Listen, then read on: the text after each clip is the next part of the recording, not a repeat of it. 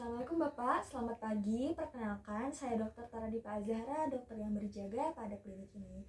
Sebelumnya Bapak, izinkan saya untuk mengidentitas data diri terlebih dahulu Pak ya. Dengan Bapak siapa Bapak? Bapak Zia, dok. Bapak Zia, untuk Bapak Zia umurnya berapa tahun Bapak?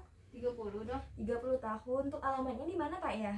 Di Bandung, dok. Di Bandung. Baiklah Bapak Zia, di sini saya akan melakukan pemeriksaan Pak ya, berupa pemeriksaan pada bagian vital Bapak dan anus Bapak. Nah, mungkin saat pemeriksaan nanti akan dirasakan kurang nyaman Bapak. Tapi Bapak tidak perlu khawatir karena saya akan meminimalisir rasa ketidaknyamanan tersebut. Sebelumnya, apakah Bapak bersedia Pak? Bersedia, dok. Bersedia. Baiklah, kalau Bapak bersedia, saya izin untuk Bapak menandatangani informasi ini Pak ya. Baik, dok. Baik. Sebelumnya untuk Bapak Z, karena Bapak sudah setuju Pak ya, sebelum kita lakukan pemeriksaan nanti, kira-kira kurang lebih 3 jam Bapak dilarang untuk buang air kecil Pak ya. Lalu juga sebelumnya untuk pemeriksaan nanti, apakah Bapak akan ditemani Pak? Akan ditemani istri saya, dok. Baik, ditemani istri Bapak Pak ya. Selanjutnya juga nanti Bapak bisa untuk mengganti baju pemeriksaan Pak ya, yang sudah disediakan sebelumnya. Apakah ada yang ingin ditanyakan lagi Pak? Tidak ada, dok. Baik Bapak.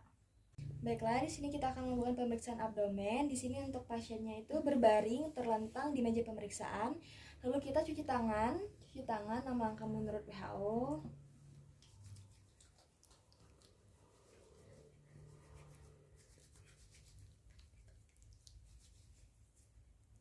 Setelah itu kita keringkan menggunakan handuk ataupun tisu.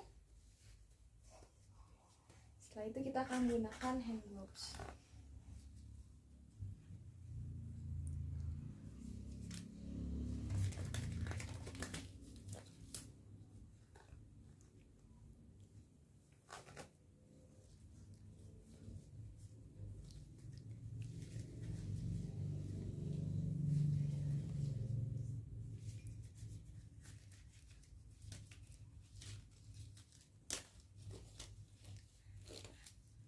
Baiklah, setelah selesai di sini kita ucapkan Bismillahirrahmanirrahim. Di sini kita akan inspeksi dan palpasi area suprapubik dari pasien untuk menentukan distensi kandung kemih atau dari urinary bladdernya.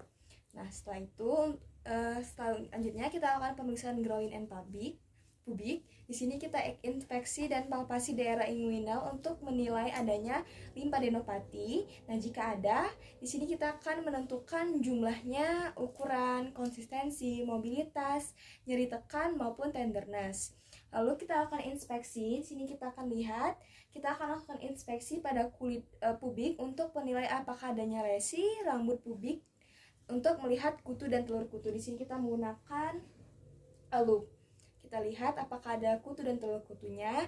Kemudian pasien Bapak, punten Pak ya, sambil berdiri Pak ya, untuk diperiksa apakah adanya hernia. Di sini kita untuk memeriksa adanya hernia, kita masukkan jari telunjuk.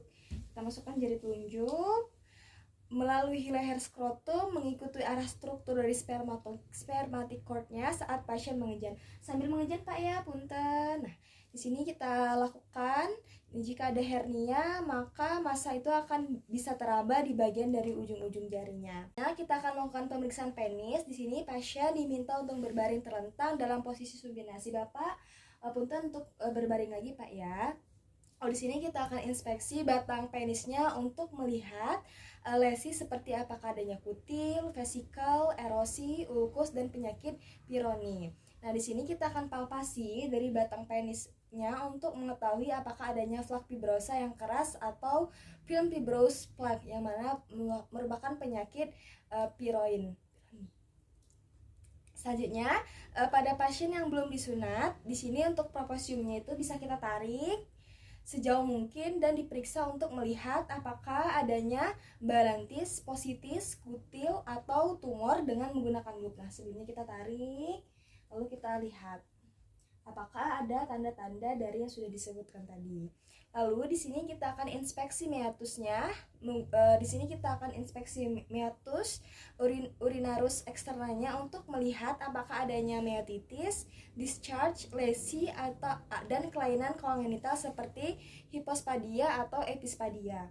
Lalu, jika ada urethral discharge, maka catat dari jumlah, warna, dan konsistensinya.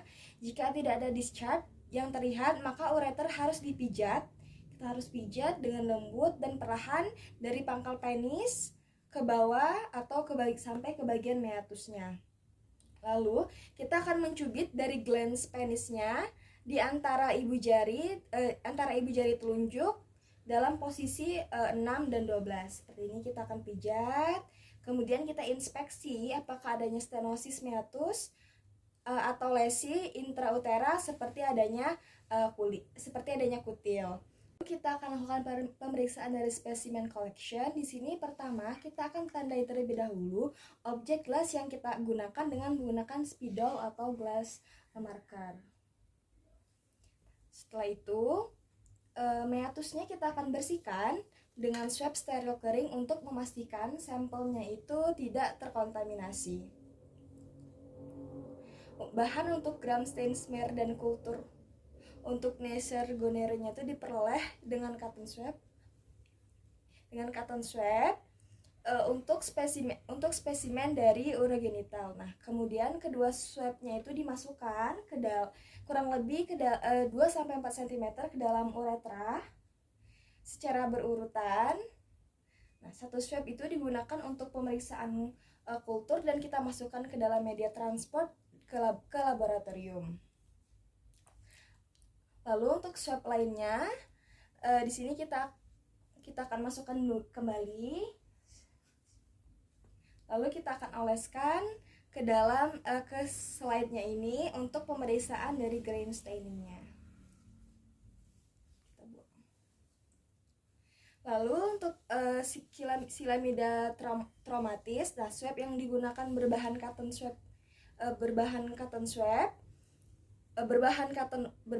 wool. Setelah dimasukkan, kita usap atau swab dengan lembut, mengikis bagian mukosanya sedikit ditekan dengan memutar swab 5-10 detik. Kemudian dimasukkan ke dalam media transport dan dikirim ke laboratorium untuk pemeriksaan PCR. Selanjutnya kita akan melakukan pemeriksaan Trichomonas vaginalis. Di sini pertama kita ambil spesimennya terlebih dahulu, ambil spesimen ureternya dengan swab, lalu kita akan tempelkan pada glass slide-nya. Nah, setelah itu kita akan campurkan dengan larutan salin pada objek glass. Setelah itu kita akan tutup preparat dengan kaca penutup atau cover flip-nya. Kita tutup. Lalu kita segel bagian ujungnya itu dengan vaselin. Kita segel dengan vaselin untuk mencegah kekeringan atau penguapan. Selanjutnya untuk pemeriksaan skrotumnya, di sini kita akan inspeksi apakah adanya asimetris, eritema, dan lesi seperti kista sebaceus dan hemangioma. Lalu untuk testisnya, di sini setiap testis itu harus dipalpasi. Kita akan palpasi dengan hati-hati untuk mengetahui dari ukurannya, nyeri tekan, indurasi ataupun lesi dari massa solidnya. Lalu kita akan pemeriksaan tes transiluminasi. Di sini pemeriksaan itu dilakukan di ruangan gelap. Kemudian lampu senternya itu yang kuat diletakkan di bagian belakang dari skrotumnya. Di sini cahaya akan ditransmisikan dengan baik melalui struktur kistik jinak berupa hidrokel ataupun spermatokel, tetapi tidak melalui lesi massa ataupun tumor. Selanjutnya untuk pemeriksaan selanjutnya berupa epididymis. Di sini kita akan palpasi bagian epididymisnya untuk ukuran, nyeri, dan indurasi. Kita rasakan lekukan antara testis dan epididymis di semua area kecuali di bagian superior. Selama infeksi akut, testis dan epididymis seringkali sulit dirasakan ataupun tidak bisa dibedakan. Lalu kita pemeriksaan spermatic cord. Di sini kita akan palpasi dari spermatic cord-nya di kedua sisi antara ibu jari dan jari telunjuk. Tentukan apakah adanya tenderness yang tidak semestinya, penebalan ataupun asimetris. Nah, lalu Di sini kita akan pemeriksaan pada bagian perianal. Di sini bagian perianalnya.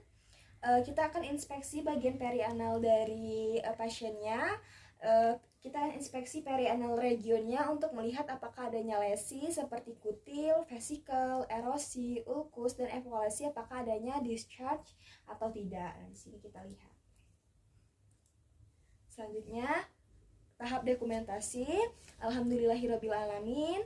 Setelah pemeriksaan selesai, pasien diberitahukan dan diperbolehkan untuk menggunakan pakaiannya. Alhamdulillah Bapak, untuk pemeriksaannya sudah selesai Pak ya. Oleh karena itu Bapak sekarang sudah bisa menggunakan pakaiannya kembali. Nah, untuk menunggu hasil pemeriksaannya silakan Bapak di ruang tunggu Pak ya. Setelah itu setelah itu saya akan melepaskan hand gloves-nya. Setelah itu saya akan mencuci tangan lagi 6 langkah menurut WHO.